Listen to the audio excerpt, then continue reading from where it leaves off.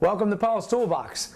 Today I'm going to cover adding some glaze to your standard door. This door has a natural or a honey finish with no glaze on it. I want to give it a little bit more dimension, so I'm going to add glaze. Some people like it just like this, and that's fine. But if you don't and you want to make some changes, I'm going to show you how to do that. First, I'm going to take an acetone and I'm going to rub this down and clean it.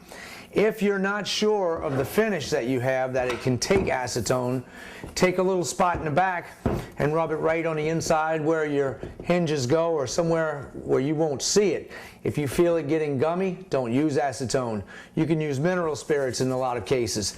Try that too on the back, and if you don't find that it causes any problems, then you can go ahead and use that to clean it. You'll want to get this face really clean before you apply some clear on here, or your accent glaze. And in this case, I'm using an oil-based clear glaze, and I'm going to mix my own stain for it. This is something that you can do. When you mix it up, you're going to want to get yourself some measuring cups, because you want to make sure it's all consistent if you're doing your whole kitchen. As I said, you can use acetone or paint thinner with mineral spirits, and that's what I'm going to use here. No big deal. I take this and I'm going to wipe it down.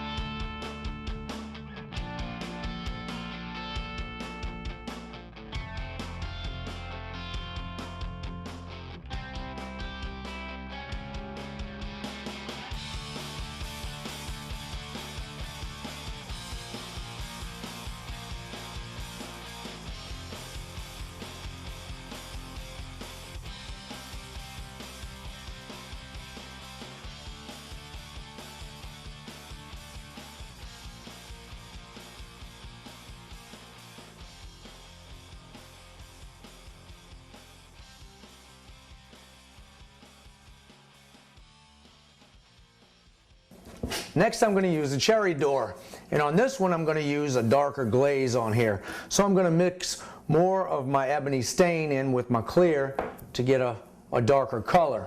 Also, I'm going to use acetone on this one to show you the difference. When you use mineral spirits or paint thinner, you're going to have that a little bit of a slippery, oily feeling when you wipe this down, and when you go to take it off, it makes it a little bit more watery. It's good, gives you a little more time to mess with it, and you can take it off. But I like the acetone if I can use that, because that does make it adhere a little better. It makes, once you wipe it with the acetone, you can feel it's not slippery or slick like it would be with the paint thinner. It doesn't have the oils in it. So you take that and you wipe it off on here, and it tends to want to stick in these crevices a little bit better. Let me show you how we're going to do the edges on this one, because it has a little bit more detail in this door.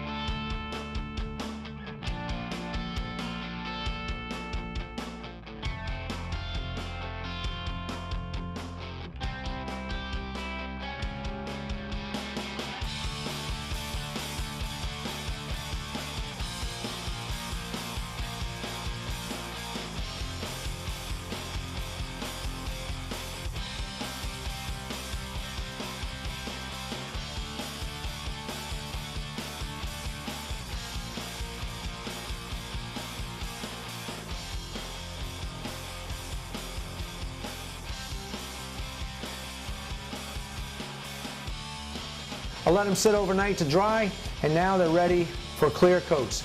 I want to show you how this came out. This is the glazed door, and you can see it's really nice looking. It has a good, nice depth to it and a really rich look.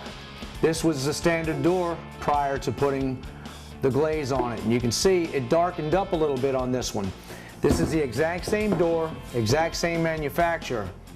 Right here you can see there's no difference in them in the back, but the front one's a little bit darker than the other. I glazed this one And this is the same company, just a little bit darker cabinet, but you can see I glazed the drawer and the door. And that's a nice look. Glazing really brings out the depth in the wood. I like it. It costs 20 to 30% more if you get this done from the factory. That's on custom type cabinets. A lot of cabinet companies that are stock, they don't offer this. So you can get an inexpensive cabinet and go ahead and put the glaze on yourself and save yourself a lot of money. I'm going to go ahead and put my clear coat on here. This is Deft, and this is a satin finish. It gives basically a 20% sheen, which is standard for most of the cabinet companies. And let me show you what I'm talking about. This right here is pre-catalyzed lacquer, and this has to be sprayed on with an HVLP sprayer. That's what I use when I'm doing kitchens like this that are custom. That's the exact same lacquer that comes from the factory, and I match it. But right here, this works fantastic, and you can't tell the difference. The only thing is that pre-catalyzed lacquer is a little more durable than the ones in the can. It's harder. It is harder to spray too. This is very easy. You shake it up, you spray it. You don't have to worry about any overspray or having it darker, too heavy on one part and light on the other. It's all going to even out. That's what I love about this. Anybody can spray this and make it look good. I'm going to show you what I'm talking about. When I spray this, I shake the can up real good. I'll go from one end, start spraying, and then I'll let it go after it passes up the other end. Then I do the same thing. I'll go back and forth. And I'm going to show you in just a minute with it laying down how that's done. This is some great stuff. It doesn't leave any kind of overspray look. So when you look at it at different angles, it's going to look like the factory cabinet. It's not going to look like you sprayed it. That's what I love about this stuff. You can buy it at Home Depot or Amazon.com. There's a few other stores I'm sure that have it. But make sure you check this out. It's called Deft, D-E-F-T. All right, let me spray this door right here and show you how it's done. Okay, here we go. I'm going to set it down. My can is shaking up really well. Now I'm going to spray from here to here before I release it. You see here?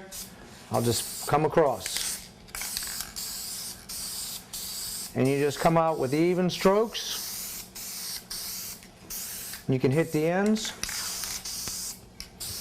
This is going to dry real evenly, and it will dry to the touch in 5 to 10 minutes at the most.